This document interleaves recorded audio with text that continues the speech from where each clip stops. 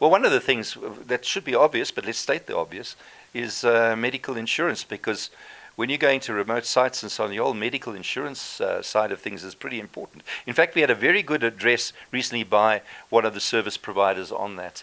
And you know, when I come back to corporate responsibility, but even for small companies, even Africa House, we have responsibilities to our people, and not only our clients, ourselves too, have to be cared for. So, I mean, I've had experiences in the time where I've fallen sick in Africa, and you know, in the bad old days where you really are out on a limb.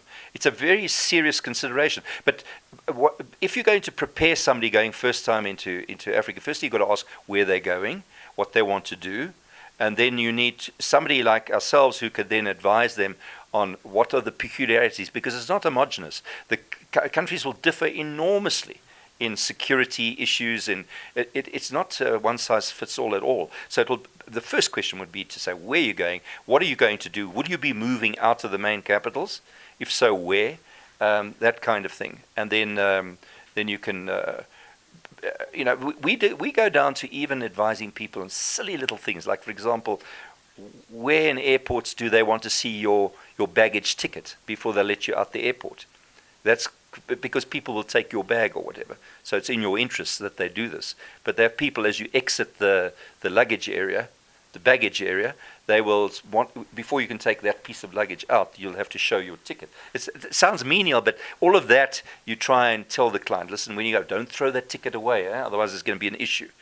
Another thing I'd say as well, the big C word will come up for people who are new in traveling in Africa. I think personally, over the years, and I've been doing this for a long, long time, is the corruption factor has diminished enormously. It's not nearly the same as it used to be. You know, you're getting harassed by airport officials. I'm not saying it doesn't happen. We know which airports that still happens, where you're going to get that kind of hassle.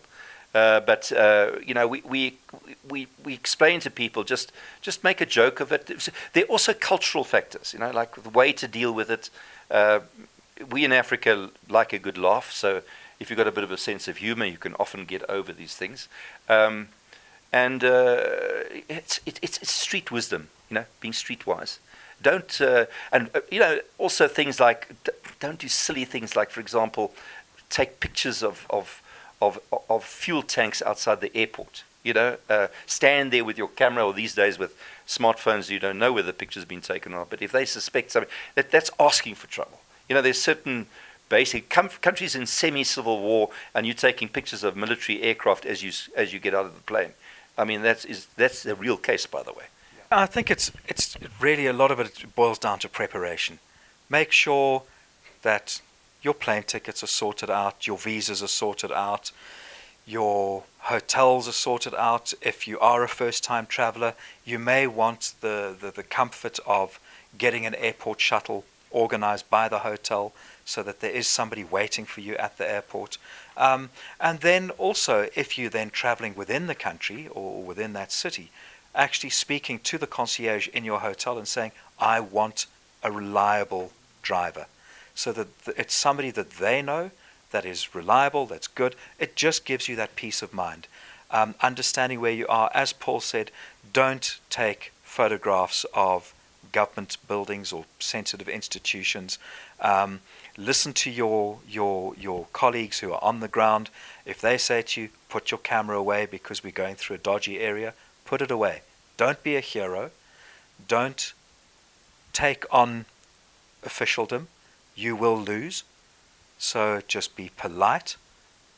It's actually very little, there's no difference between traveling in other African countries and traveling in South Africa in many respects. You know, we are living in an African country, and we need to just understand that in many respects, other countries on the continent are no different, and in some respects are a lot easier to deal with.